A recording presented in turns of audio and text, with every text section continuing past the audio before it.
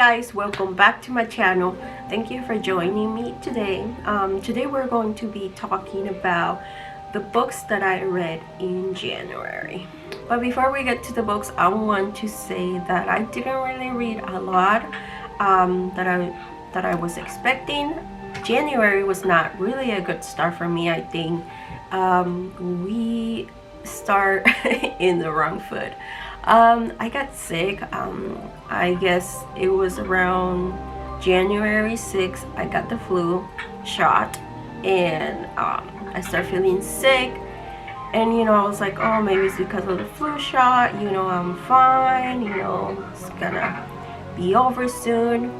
Nope. A week later, I decided, I was like, this is not normal. I shouldn't be feeling like this.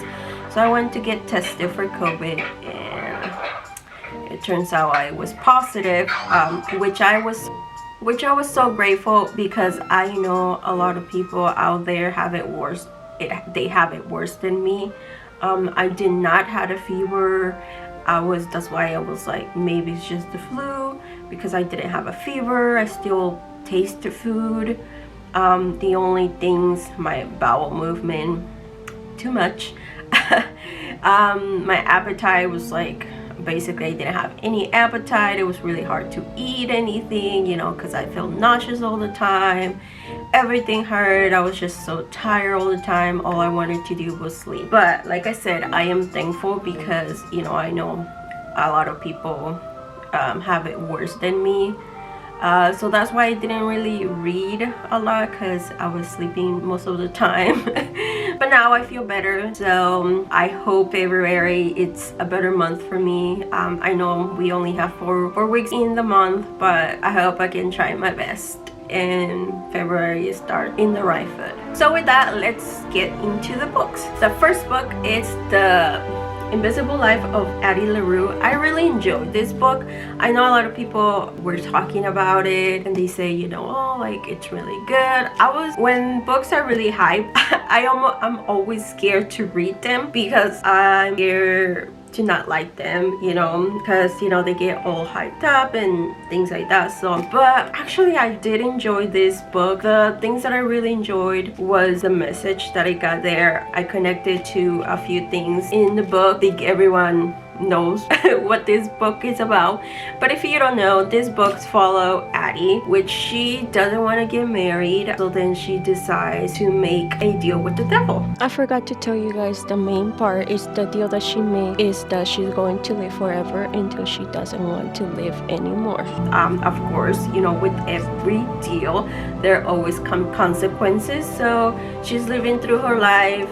She can do whatever she wants, but no one can remember her. She doesn't leave a trace of her anywhere, until someone remembers her. So I guess like that's all you need to know. Sometimes with books, the less the better, because I kind of knew a few things about the book, but for me, I feel like when I'm reading a book, I want to be surprised. So sometimes I don't want to know too much about it. So I really enjoyed it, and I highly recommend it. The next things I read, it was 2 graphic novels, Saga Volume 3 and Saga Volume 4. I really enjoy them. I can't say too much without spoiling, but if you don't know what Saga is about, we basically follow 2 races that they always have hated each other. One is lower, the other one's higher, kind of like Romeo and Juliet thing going on. But then they fall in love, and then they have a baby, and of course they are hunted by the government and everyone else, because they think that they shouldn't be together and the baby should be dead. It's a nice graphic novel. It's an adult graphic novel, so 18 and up. But I really enjoyed it, because it's basically in the point of view of their daughter, and I don't know, you get to know a lot of characters, and then you get to all the choices that they make. I always ask myself, would I do those things? So it's really nice. So if you guys want to try any graphic novels and things like that, so Saga, I highly recommend it. The next book that I read, it's Kingdom of the Wicked. I really enjoyed this book. I think most of the books that I read, I'm mostly a mood reader, so if I want to read that book, I really do read it. I'm not going to tell you guys like how high I grade them, or if I give them 5 stars or 4 stars, because I'm not there yet.